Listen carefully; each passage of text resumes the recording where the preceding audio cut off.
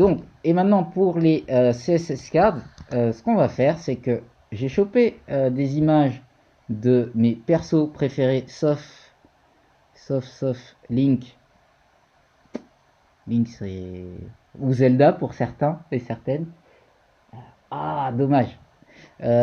Mario classique et Pikachu classique, mais ça, ce sont pas mes persos. Ce sont juste des persos classiques qui sont sur le site. J'ai récupéré les images sur le site web direct. Des très belles images en PNG. Et donc, vu que c'est en PNG, on va pouvoir mettre du fond par nous-mêmes. Et sinon, moi, mon main sur Smash Bros, pour les hardcore, ceux qui connaissent, sur Melee, moi c'est Mars. Mon main sur Smash 4, c'est Toon Link en rouge. Mon second main, ça va être Yoshi. Yoshi. Et Falco, c'est mon second main sur Melee. Voilà. Vous savez tout de ma vie et de mes préférences. Maintenant qu'on a ça, le but, ça va être de créer une petite page. Donc normalement, vous l'avez vu sur le Meetup, pour ceux qui ont regardé le Meetup, ou sur le tweet que je viens de vous envoyer, la petite vidéo. C'est exactement ce qu'on va faire. De pouvoir afficher un petit carrousel qui affiche chacun de ces personnages avec un petit texte et un truc, une petite animation super cool. Donc il y a plein d'étapes et elles sont assez complexes les unes. Enfin, elles sont pas complexes. Chacune est simple, mais le tout ensemble va être assez complexe. Donc, on va commencer par quoi? Mettre notre structure HTML. Ça, c'est la base. Et on va pas styliser, mais on va juste faire les bases du CSS pour pouvoir justement commencer à mettre du JavaScript et avoir les premières enfin pas les premières, les interactions JavaScript. Alors interaction sans E accent aigu, d'habitude, enfin l'habitude, je sais pas pourquoi je fais ça. Et ensuite, une fois qu'on a fait ça, on va rajouter les animations. Avant les interactions CSS, on va rajouter le texte JavaScript, le texte, le switch de texte et de photo. Et en fait, ça va plus ou moins avec les animations. Ça sera en même temps tout ça. Et enfin, Superb CSS en anglais, parce que j'ai envie de l'écrire en anglais. Et ce que j'ai mis ici, c'est juste l'arrêt final pour aller plus vite, parce que ça m'a pris du temps pour rien, donc autant le réutiliser. L'arrêt avec toutes les petites couleurs déjà tout fait, et tous les textes déjà tout fait. Mais tout ça, on va le recoder, on va faire tout simplement, et à la fin, je vais remplacer ce petit arrêt. Donc let's go. On va commencer avec un fichier index.html. Avant de lancer ce fichier HTML, on va lancer notre live-server. Le live server, c'est une ligne de commande que j'ai installée avec npm. Pour installer npm, vous utilisez Node.js. Donc Node.js, vous l'installez ici, nodejs.org. Sur nodejs.org, vous prenez la LTS. Ou vous pouvez prendre la current. Parce qu'aujourd'hui, la current, elle utilise les dernières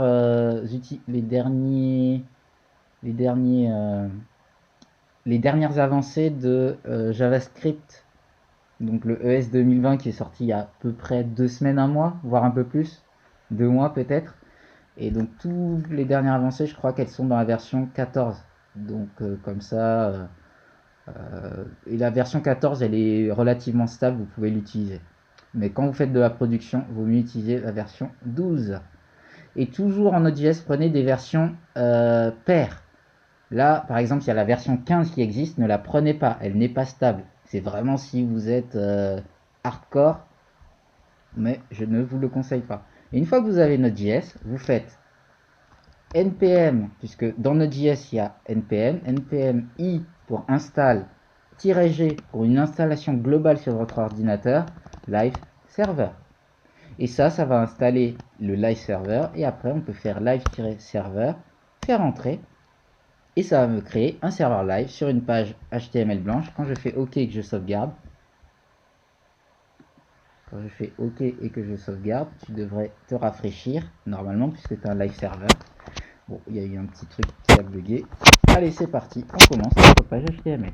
Donc, notre doctype, notre head, notre meta charset, UTF-8, notre title, CS Smash, Smash Bros, CSS card. On va linker à un CSS, donc rel style sheet. On va prendre le css style.css.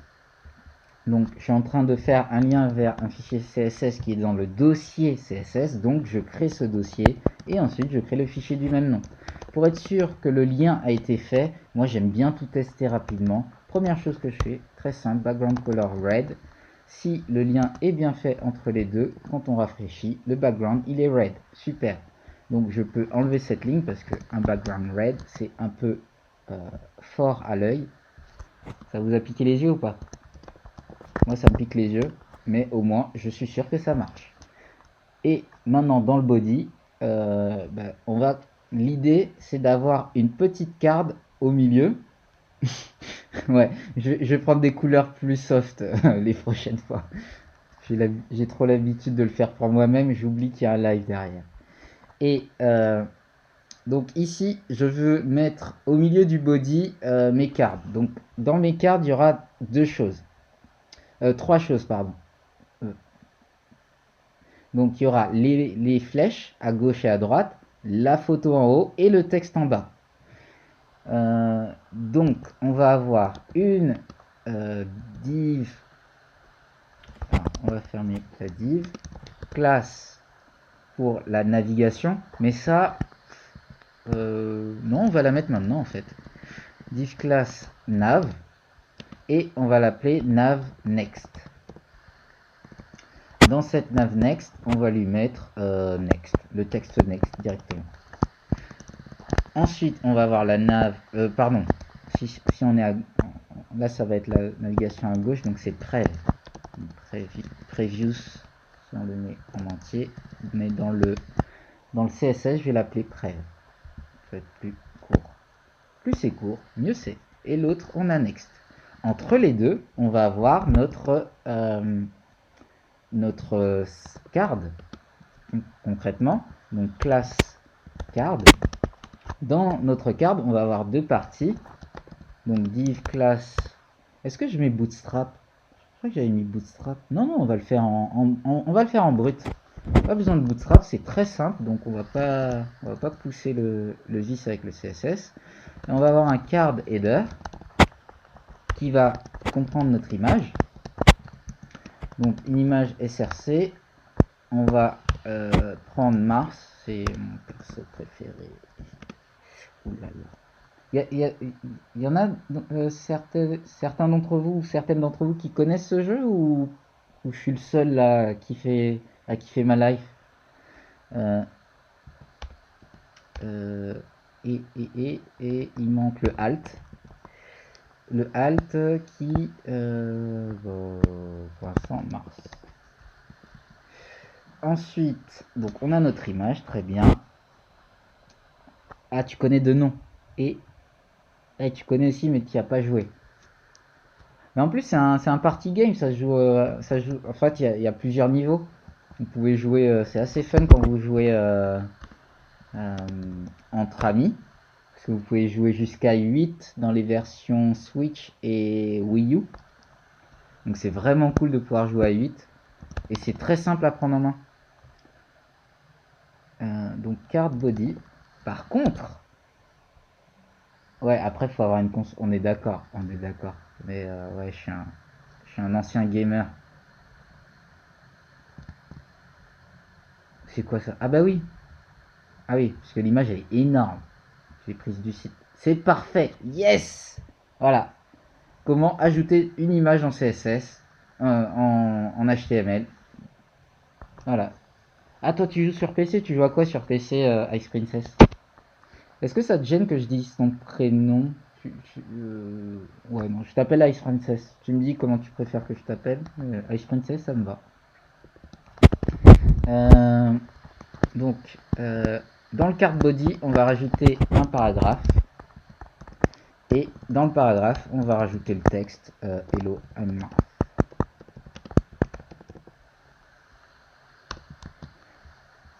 Ok, donc on va mettre un petit peu de CSS. Donc comme je vous disais, là on vient de faire la structure HTML. On va faire une petite base CSS pour parce que là l'image elle est énorme.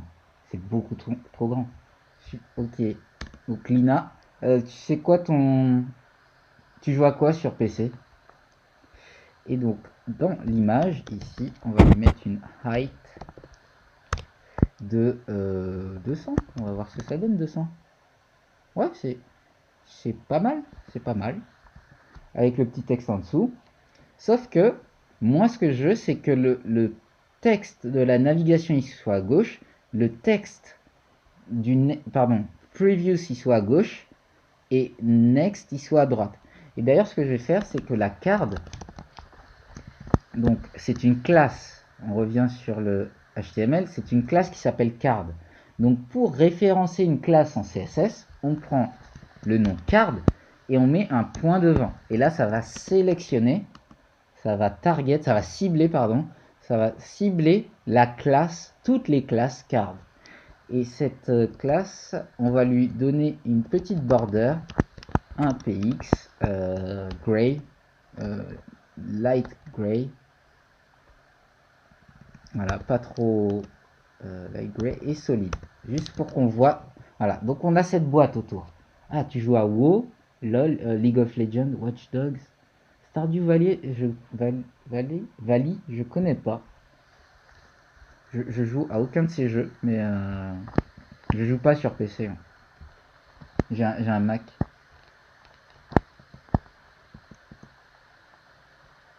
Ah, c'est tout? Ah, parce que toi, tu joues à plus de jeux, Nina?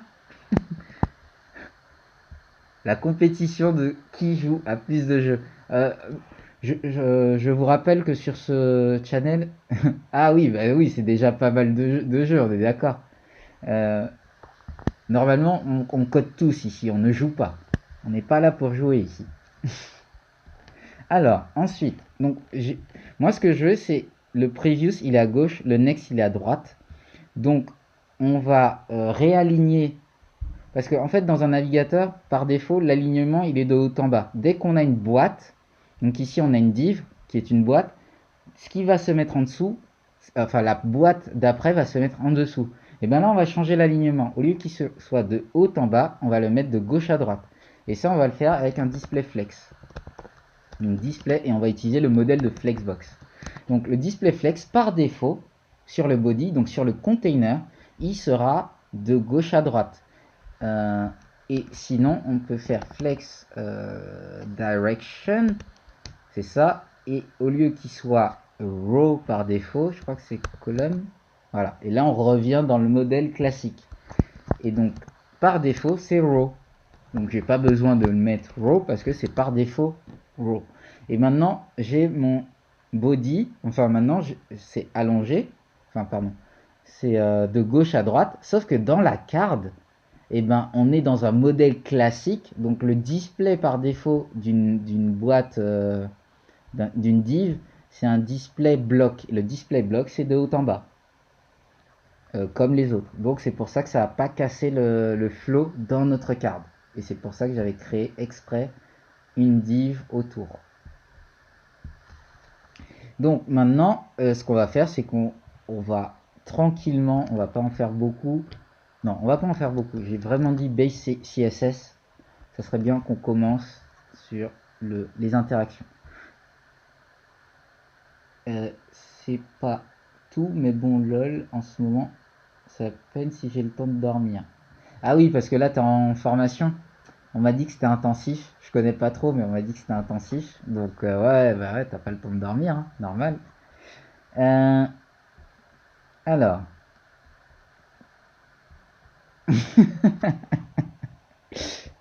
Et mais c'est important de dormir, hein, parce que le lendemain, t'es pas fraîche pour comprendre. Alors, je me reconcentre et moi, première chose, il y a un truc que j'aime pas, c'est quand je sélectionne du texte, vous voyez, le petit curseur, il change.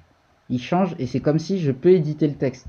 Donc, première chose que je vais faire, c'est que dans mes navs, je fais .nav, puisque c'est une classe nav, je vais mettre un cursor pointer. Et là, ça va me mettre un petit, voilà. Au lieu d'avoir... ah oui, parce qu'il faut tout... Là, voilà, hop, voilà. Donc ça change et moi je préfère, c'est assez cool. Comme ça on sait qu'on peut cliquer dessus, parce que ça va être mes boutons. D'ailleurs j'aurais pu mettre des boutons. Pourquoi j'ai juste mis des... On va mettre des boutons. Donc, button, previous,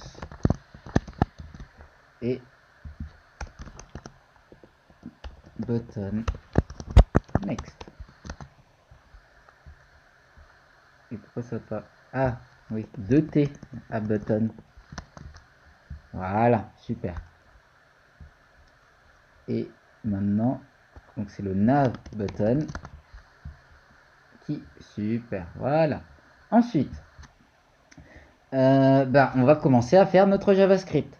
Alors, avant de faire notre JavaScript, ça serait bien de créer le lien. Alors, je vais vous montrer la petite erreur qu'on fait souvent, c'est que ici, je crée un dossier JavaScript. Dans ce dossier JavaScript, je mets un petit main.js et je commence à dire, j'écris plein de code. Alors, première chose que je fais, ça c'est super important, essayez, surtout quand vous démarrez, faites juste un console log. Ce console log, il fait loaded, c'est tout. Et on vérifie si le texte loaded est affiché. Donc je vais dans la console, voilà, donc j'ouvre mon inspecteur, clic droit inspect ou commande shift I pour les Mac ou contrôle commande shift non option shift I. Ah non, c'est quoi ce truc? Eh ben parfait, quitte. Je ne te connais pas mail. Bon, ben j'ai oublié le raccourci, c'est pas bien grave. Clic droit inspect, ça fonctionne pour tout le monde. Et normalement, j'aurais dû voir mon texte apparaître. Je ne le vois pas. Donc ce qu'on va faire, la raison elle est simple, c'est parce que je n'ai pas importé le fichier main.js dans mon HTML. Donc le script, ici, on referme la balise script. Je ne sais pas pourquoi elle ne s'est pas refermée. On rajoute un src et on lui met le chemin vers mon fichier main.js. Et là, ça reload automatiquement et on a bien le texte loaded. Super. Donc il est bien chargé. Là, je peux commencer à faire du code. Donc ce qu'on va faire, première chose, c'est qu'on va créer une fonction init. Et cette fonction init, elle va se lancer uniquement quand la page est totalement chargée. Et donc on va créer un événement sur le window, donc sur toute la fenêtre, le onload. Donc quand la page est chargée, window onload, alors on appelle init.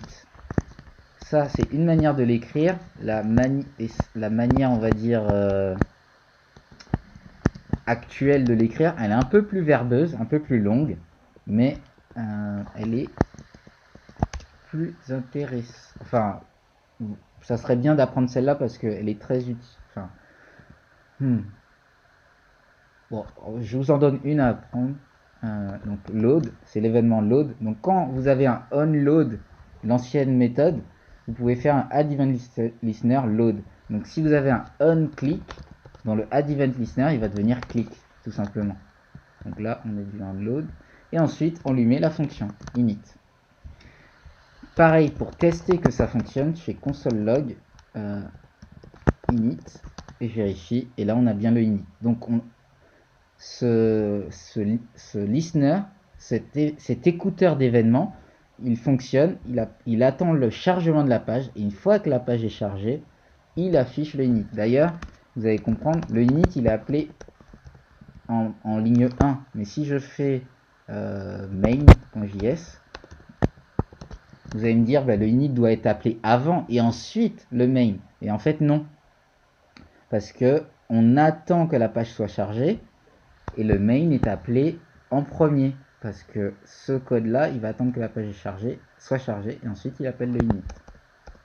Donc il faut bien faire attention à l'ordre des appels de vos fonctions pour savoir quand est-ce qu'elles sont chargées.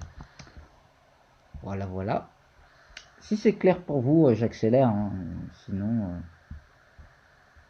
Ok, donc maintenant, moi ce que je veux, c'est que quand je clique sur un bouton, avant de... ouais, quand je clique sur un bouton, ça change de personnage. Voilà. Donc, pour faire ça, on va créer un événement, pas un événement, on va créer excusez-moi, on va créer un élément de DOM sur le bouton. C'est-à-dire que le bouton, aujourd'hui, c'est un élément HTML.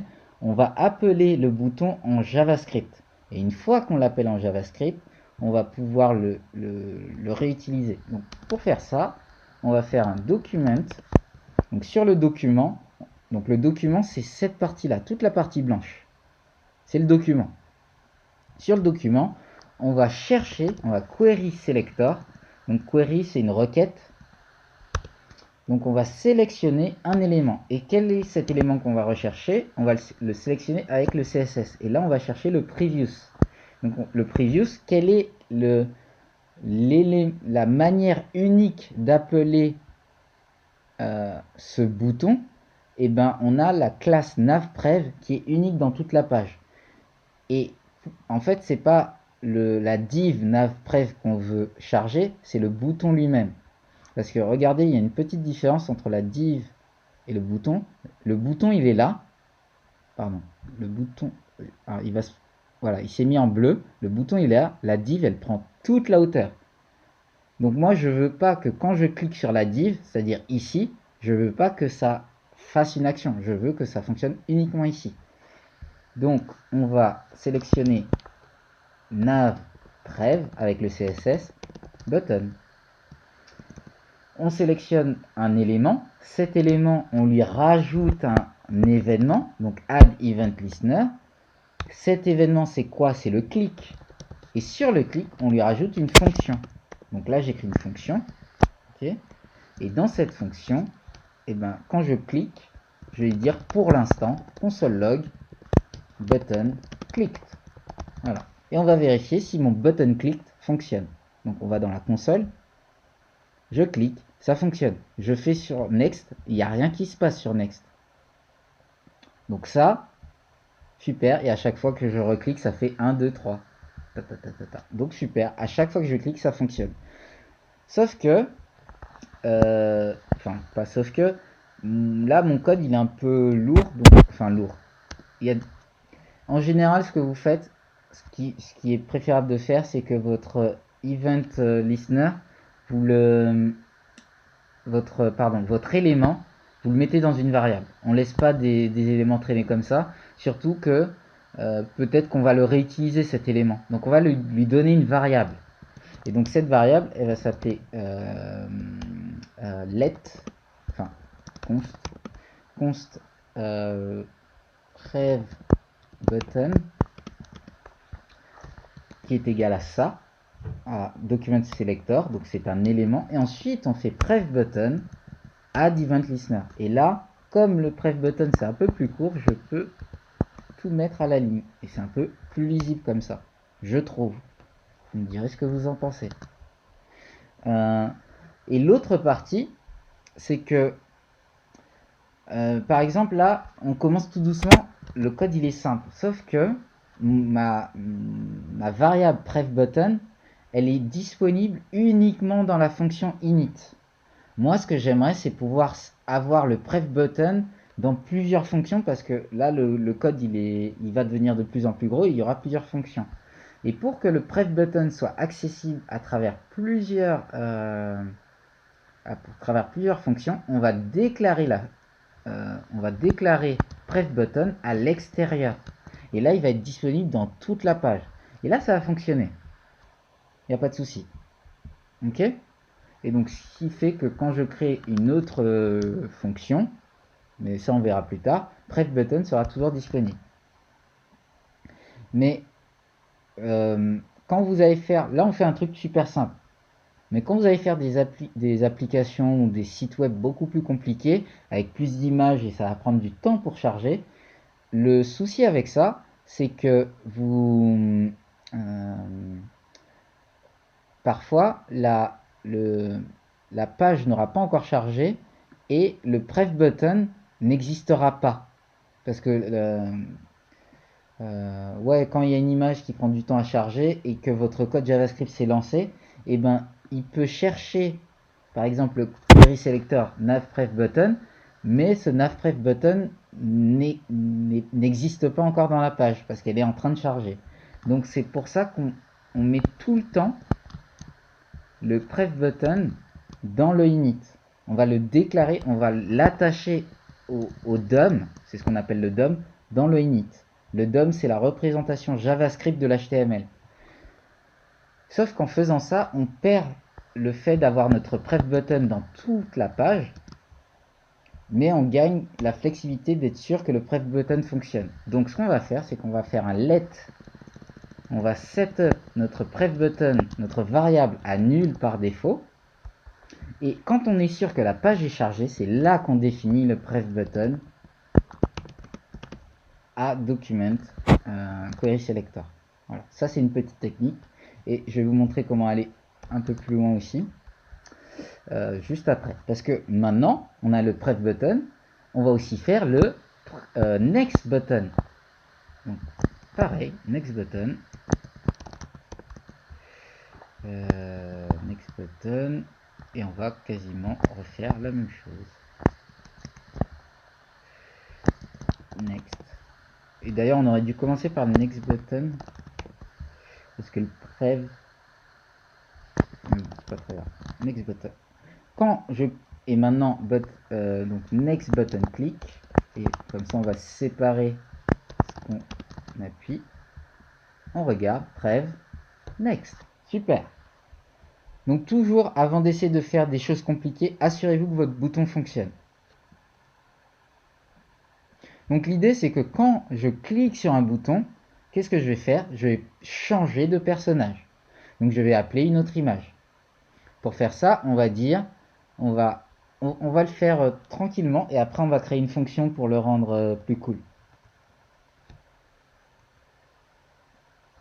Donc on va faire le next ici et on va passer de Mart à Yoshi parce qu'il est mignon Yoshi. Donc en gros, moi ce que je veux faire pour passer de Mart à Yoshi, qu'est-ce que je dois faire? Je dois changer le image src en mettant Yoshi concrètement. Donc je vais essayer de targeter, donc de cibler mon image, et une fois que j'ai ciblé mon image, je vais changer l'attribut src de mon image et je vais changer cet attribut par image / yoshi.png. Alors donc on va faire donc première chose, on va cibler, on va prendre notre élément, donc cet élément. Et un petit conseil, un truc que j'aime bien faire, pour être sûr que votre élément fonctionne en amont, vous faites le query selector directement ici. Là, c'est une full console JavaScript, on lance du code JavaScript. Donc par exemple, la balise span, elle n'existe pas du tout dans la page. Donc si je fais une recherche de span, je vais avoir nul. Si je fais une recherche de div, et ben là, je vais en avoir une. Je vais avoir la première div. Et ben moi, je vais tester mais je vais tester en amont tous mes sélecteurs pour être sûr que quand je crée le sélecteur dans le code, il fonctionne. Donc là, mon sélecteur que je vais chercher, c'est l'image. Et là, c'est bien l'image de Marthe. Pardon. Donc, je copie ce code qui fonctionne dans ma page. Je crée let img element nul par défaut. Et donc, img element est égal à ce qu'on vient de faire, parce qu'il n'y a qu'une seule image dans la page, donc on peut se permettre ça. S'il y en a plusieurs, assurez-vous de rajouter une classe à votre image. Donc on peut mettre classe character image, c'est encore mieux. C'est encore mieux d'avoir une classe. Donc on va le faire. Character-image. Voilà, qui est dans la variable image L. IMGL. Donc, une fois que je clique sur Next, je vais dans mon IMGL et je fais. Et mon IMGL, d'ailleurs, on va en profiter. On va refaire la même chose. Hop. On va le faire ici. Donc, mon IMGL, c'est un élément. Sur cet élément, on a la méthode setAttribute qui existe sur tous les éléments HTML. Le setAttribute, c'est qu'on va modifier un attribut. Le setAttribute, il a deux. Donc, on va. Le setAttribute, il a deux paramètres. Donc, le name, le nom de l'attribut, et la valeur de l'attribut qu'on veut mettre. Donc, le name, c'est le SRC qu'on veut changer sur l'image. Et la nouvelle valeur qu'on veut lui mettre dans le SRC, c'est image yoshi.png. Regardez là-haut, on va reculer, je vais taper sur entrée, et regardez, ça a changé. Donc c'est exactement ce que je vais mettre, ce bout de code là que je vais mettre, mais je vais pas le mettre sur document query selector image L, parce que document query selector image L, caractère image est égal à image L. Donc je rajoute le set attribute ici. Voilà, donc ah oui, en fait quand je sauvegarde ma page, ça reload, c'est le live reload, c'est le live server dont on parlait, donc ça reload la page, donc on revient tout le temps à Mars, donc c'est parfait. Et quand je fais next, et ben voilà, je suis passé à Yoshi. Et vous allez me dire, salut, je m'appelle Mars, donc il dit hello à Mars, donc c'est pas bon. Donc on va aussi changer le texte, et ben de la même manière, on va chercher le sélecteur. Donc ici, le sélecteur, c'est cardBody et c'est la balise P du cardBody. Donc, on crée une variable texte L est égal nul au début. Une fois que la page est chargée, on définit texte L à cardBody P. Donc le texte L. Donc maintenant, on prend le texte L et là, lui, on va pas lui changer un attribut. Ce n'est pas un attribut HTML qu'on modifie. Ici, c'était un attribut. C'était l'attribut SRC qui est dans la balise. Là, ce n'est pas un attribut qu'on change. C'est le texte à l'intérieur de la balise. C'est ce qu'on appelle le text content. Text content est égal à quoi? Hello à Miyoshi. Alors, on va mettre des doubles guillemets parce que comme j'ai une guillemet qui est représentée, on va mettre des doubles guillemets. Hello à Miyoshi. Hop, on rafraîchit, enfin j'ai pas besoin de rafraîchir, on est déjà bon, je fais next et là ça a changé le Yoshi et ça a changé le texte. Donc au final on pourrait dire la première fois que je clique sur next, on change en Yoshi et ainsi de suite. Et pour faire le retour, on fait le contraire, on fait previous, on revient sur Mars et on dit hello on Mars. Hop. Donc next, previous. Sauf que quand je fais next et que je suis déjà sur next, on est encore à Yoshi. Et quand je fais previous et que je suis encore sur previous, on est encore à Mars. Donc l'idée est... Donc moi ce que je vous dis, ce que je vous dirais si vous essayez d'apprendre l'HTML et le CSS et le JavaScript surtout, parce qu'apprendre l'HTML, CSS c'est très simple. Enfin c'est très simple, ça prend du temps, mais c'est très simple. Le JavaScript c'est ce qui prend un peu plus de temps. Essayez au moins de faire ce qu'on vient de faire ici, pas plus. Voilà. Donc, si vous n'êtes pas à l'aise avec le JavaScript et qu'il y a des choses que vous n'avez pas compris, on s'arrête là. Faites au moins cette partie.